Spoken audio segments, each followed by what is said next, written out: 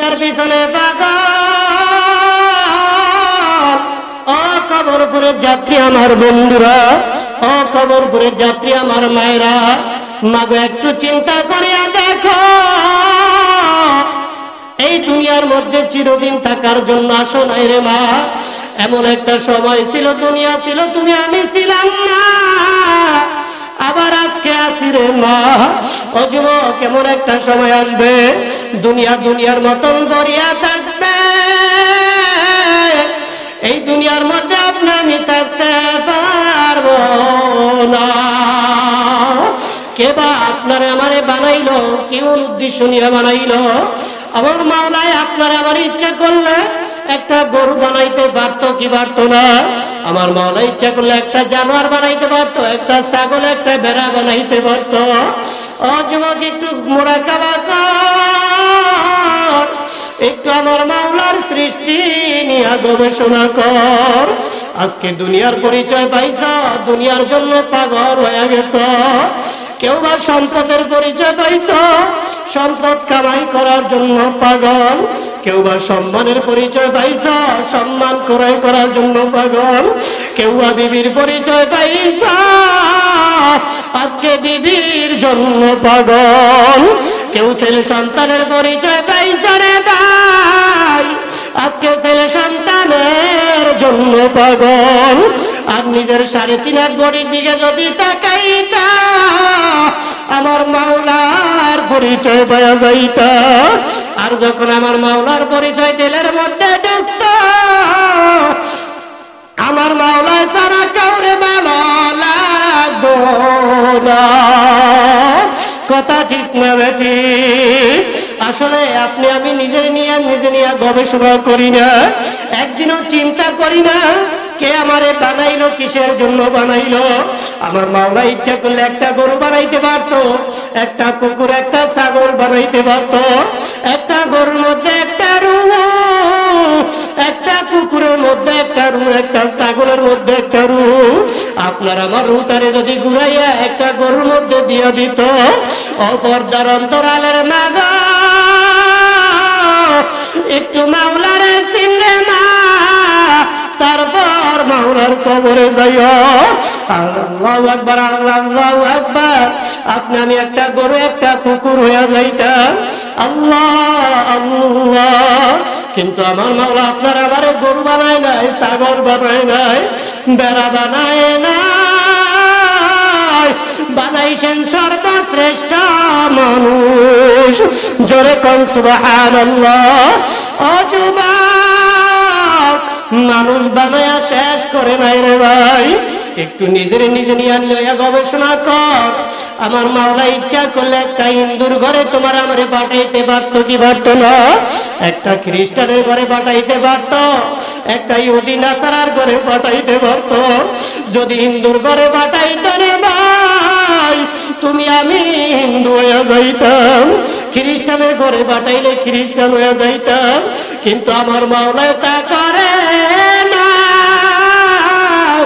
আমার মাওলা বড় দয়ার মালিক, আমার মাওলার মতন বড় মায়ার মালিক কেউ নাই।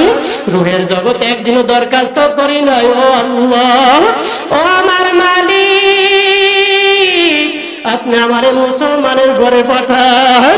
আপনি আমারে মুসলমানের ঘরে পাঠাইয়ে মাওলায় বিনা দরখাস্তে মুসলমানের ঘরে পাঠাইল। জোরে কোন আলহামদুলিল্লাহ। আমার মাওলার যে কি নেয়ামত, একটু চিন্তা করলাম। আসলে যারা আমার মাওলার নিয়ামত নিয়ে চিন্তা করছে, ফিকির করছে, তাদের দিলের মধ্যে আমার মাওলার মুহাব্বত এমন ঢুকছে, দুনিয়ার সব একদিকে, আমার মাওলার মুহাব্বত অন্যদিকে। তাদের সব জায়গা আমার মাওলারে ভুলে না। সাহাবায়ে কেরামের ইতিহাস আছে না নাই? আল্লাহর রাসূল দরজার সামনে হাজির, ফাতেমার দরজার সামনে হাজির। ডাক দিয়া কয় ফাতেমা, ও মা ফাতেমা দরজা খোলো। ভিতর থেকে আওয়াজ নাই, আবার দরজার মধ্যে ডাক দেয় মা ফাতেমা দরজা খোল। ভিতর থেকে আওয়াজ নাই, আবার আল্লাহর রাসূল ডাক দিয়া কয় ফাতেমা, আমি তোমার আব্বুরে মা দরজা খোল। ভিতর থেকে কান্না জড়িত আওয়াজ। ও পর্দার অন্তরালের মা গো, কোন মহাব্বতে মাওলারে বললা? তাকে দেখো, তারাও তো মহিলা। ও মা তুমিও তো মহিলা, কিয়ামতের ময়দানে মা গো তারা উঠবে, তোমরা উঠবা। কি হিসাব দিয়া মাওলার সামনে দাঁড়াইবা গো মা? হিসাব নিকাশ না মিলায়া আমার মাওলার কবরে যায় না। আল্লাহর রাসূল তৃতীয়বার ডাক দিল, ভিতর থেকে কান্না জড়িত আওয়াজ। আল্লাহর রাসূলের মেয়ে ফাতেমা ডাক দিয়া আব্বুরে, ও আব্বু, প্রথম যখন ডাক দিছেন আমি দরজা খোলার জন্য ব্যাকুল হয়ে গেছি।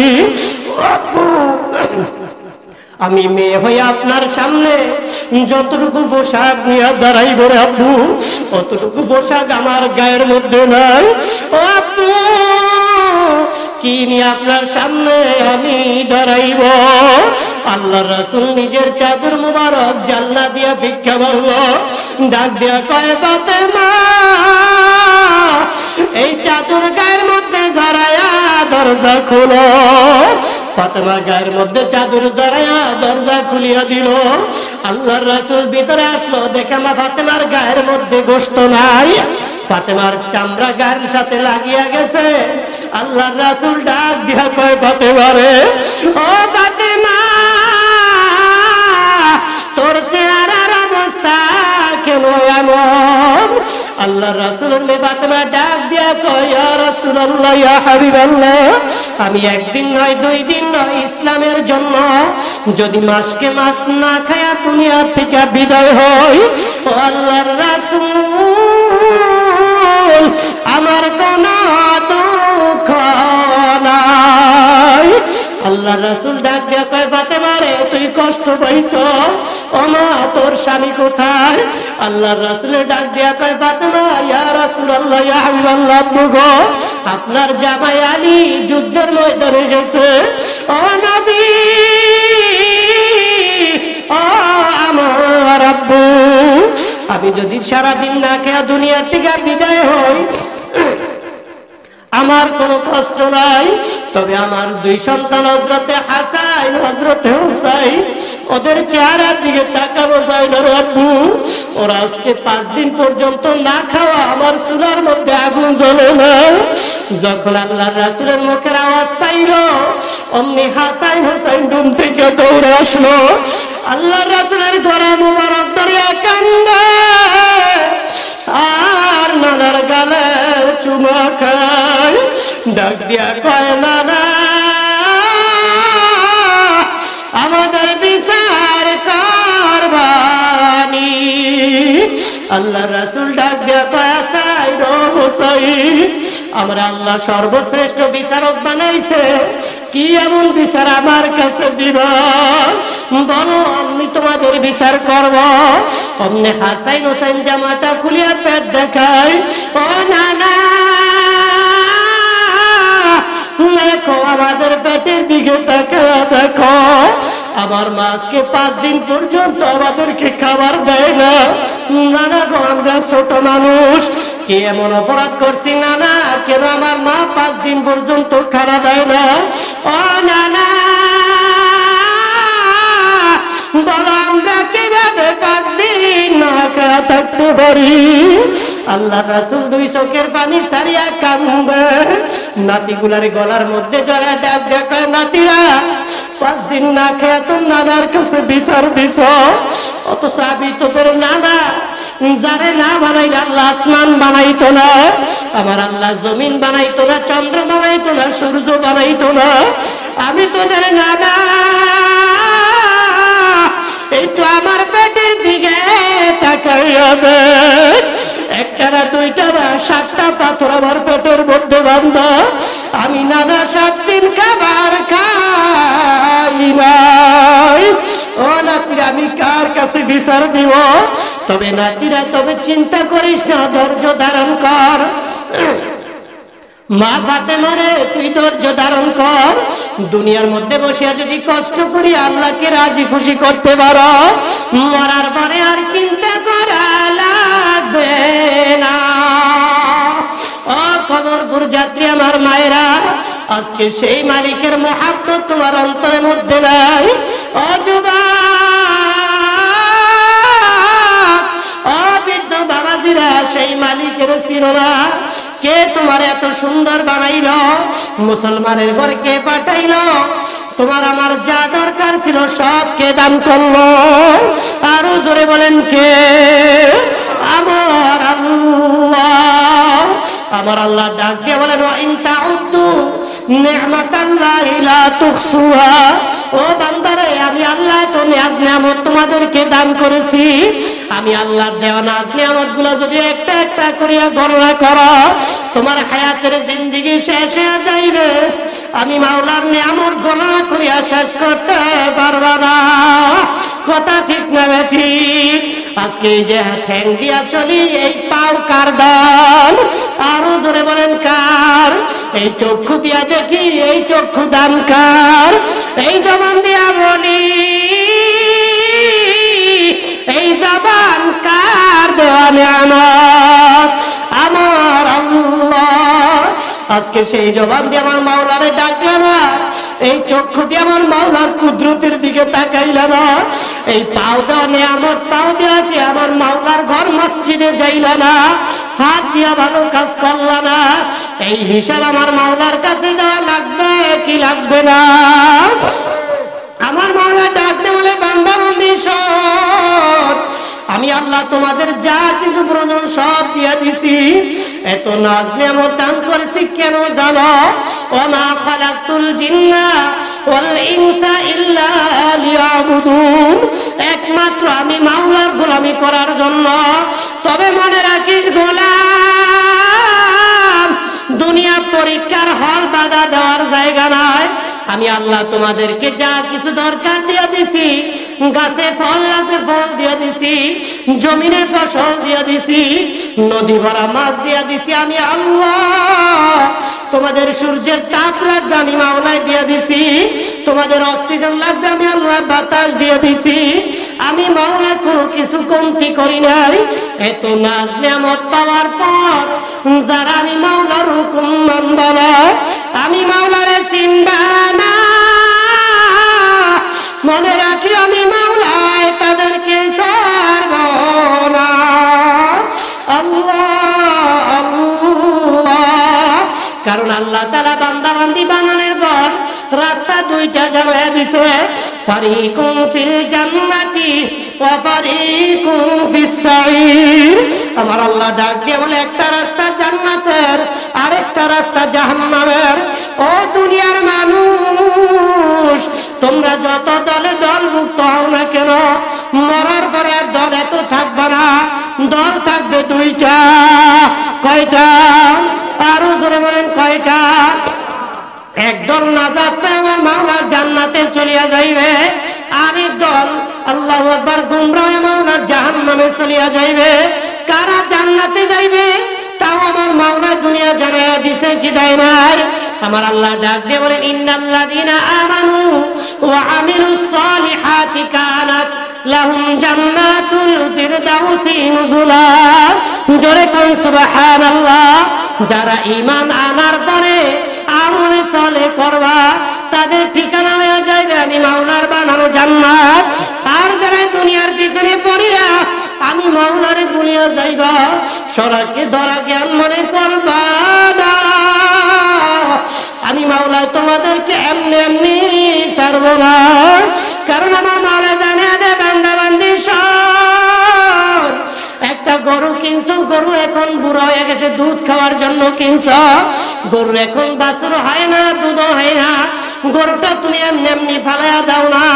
একটা আম গাছ লাগাইছো আম খাওয়ার জন্য, আম গাছটা বুড়া হয়ে গেছে, এখন আর আম দেয় না, গাছটা তুমি ফালাইয়া দাও না।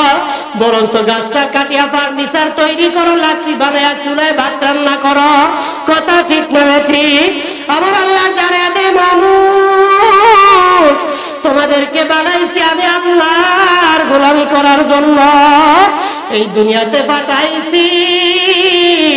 এই দুনিয়াতে যাওয়ার পর যারা দুনিয়ার মোহাব্বত অন্তরে জমাইছ, আমি মাওলার হুকুম মানো নাই, আমি আমার রাসূলের আদর্শ অনুযায়ী নিজের জীবন চালাও নাই, তবে মনে রাখি যে গোলাম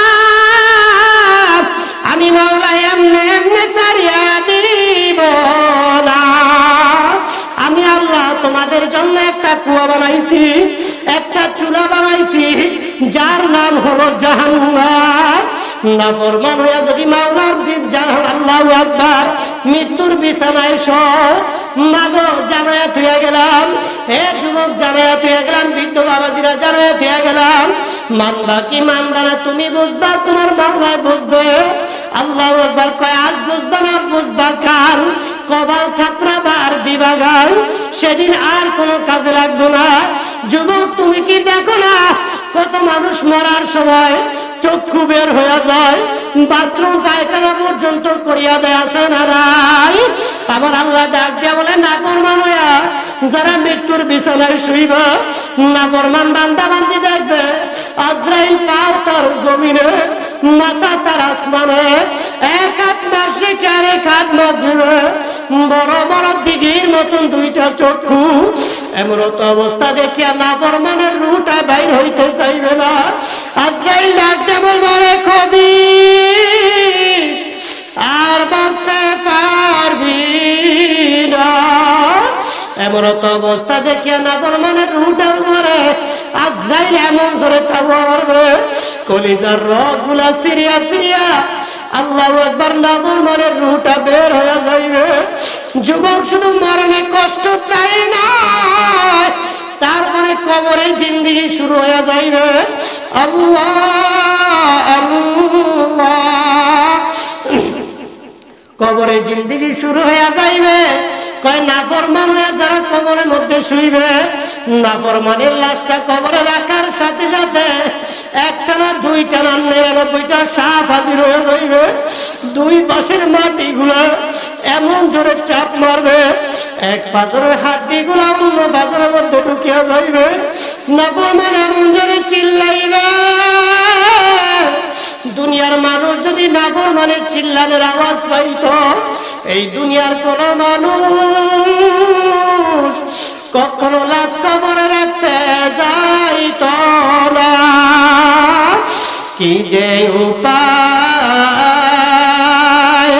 হবে আমার কবরে, মওলা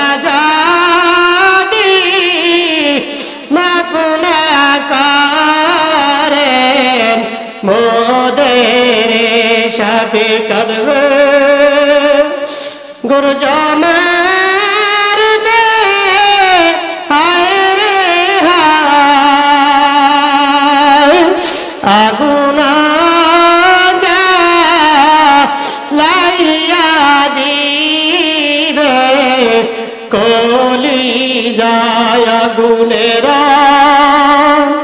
তব জাখানি লাগিবে। সোনার দেও কইসা কইসা পরিবে কবর বলো, অন্ধকারী মাটির ঘর, ওই কবরে যেতে হবে, মরণের পর সাথী নেই রে, বাতি নাই রে কবরে, মাও নাই রে, বাবা নাই রে কবরে। ও কবর ঘুরে যাত্রী আমার মায়েরা, ও কবর যাত্রী আমার বন্ধু, মাগো তোমার পায়ের নিচে আমার হাত, যুবক তোমার পা দুটা গেয়া দাও। যুবক মাওলার সিনিয়া, তারপর মাওলার কবরে যাও। খবরদার আমার মাওলারে না লয়া, আমার মাওলার কবরে যায় না। আজকে দুনিয়াতে বাজার করতে যাও, বাজার করতে যাওয়ার আগে চিন্তা করো হাতের মধ্যে ব্যাগ আছে কিনা, টাকা আছে কিনা। যদি টাকা ব্যাগ না থাকে তোমার কেউ বাজার দিবে না। ও কবর করে যাত্রী আমার মায়েরা, ও কবর করে যাত্রী আমার বন্ধুরা, তোমার আমার সামনে যে 5টা মামলা, এই 5টা মামলার আসামি মাগো তুমি আর আমি। যদি তোমার আমার ঈমান আমল মজবুত না থাকে রে মা, মা কি উপায় হইবে? আমার মাওলা ছাড়া কেউ জানে না। ও মা কোন দুনিয়ার পেছনে পড়ছ? আজকে ছেলের পাগল হইছ মা, একটু চক্ষু বন্ধ করিয়া দেখো ছেলে তোমার আপন না। এ যুবক, এ বৃদ্ধ বাবাজিরা কোন দুনিয়ার পিছনে পাগল হইছ? এই দুনিয়া তোমার আমার আপন না। আজকে রাত্রে যদি তোমার আমার মরণ হয়ে যায়, আগামীকালকে সকালে কত মানুষ তোমার আমার ঘরে হাজির। মাগো তোমার হাতের মধ্যে দামি চুরি খুলবে রে মা, তোমার গায়ের থেকে দামি শাড়ি খুলবে রে মা। হাতের চুরি, কানের বালা খুলিয়া, সাদা কাপড় দিবে তোমায় পরায়া। তেরে গড়ি দামি জামা খুলিয়া, সাদা কাপড় দিবে তোমায় পরায়া। ছেলে কাঁদবে আম্মু আম্মু বলিয়া, সবাকে কিয়া যাইবা চলিয়া। আসলে এই দুনিয়ার কেউ আপনার আমার আপন না। একটু চক্ষু বন্ধ করিয়া দেখেন, আজকে যাদের পিছনে পাগল হইয়া সারা সময়কে সময় মনে করি না, এত কষ্ট এত কামাই করি যাদের জন্য, কেউ আপনার আমার আপন না। আসল আপনকে আরো জোরে বলেন, আসল আপনকে? আসল আপন আমার আল্লাহ। এই আল্লাহরে বন্ধু বানায় তারপর মাওলার কবরে যাওয়া লাগবে। যদি মাওলারে বন্ধু বানায় মাওলার কবরে যাইতে পারি, আমার কবরে ভয় নাই, আসরে ভয় নাই, মিজানে ভয় নাই, ফুলসরাতে ভয় নাই, সব জায়গায় বন্ধু হইবেন কে? আর মাওলারে নামে যদি মাওলার কবরে যাই, আর কোনো উপায় থাকবে না। এই জন্য আজকের থেকে ওয়াদা করো যুবক, আজকের থেকে ওয়াদা করো বৃদ্ধ বাবাজিরা, পর্দার অন্তরালের মায়েরা, আমার মাওলার হুকুম মানবা, নবীর তরিকায় চলবা। কারা কারা রাজি আছো? নারায়ে তাকবীর, নারায়ে তাকবীর। আল্লাহ আপনি আমাদের সবাইকে কবুল করে নেন। আল্লাহ ঈমান আমল মজবুত করিয়া তারপর আপনার কবরে যাওয়ার তৌফিক দান করেন। সবাই বলি আমিন।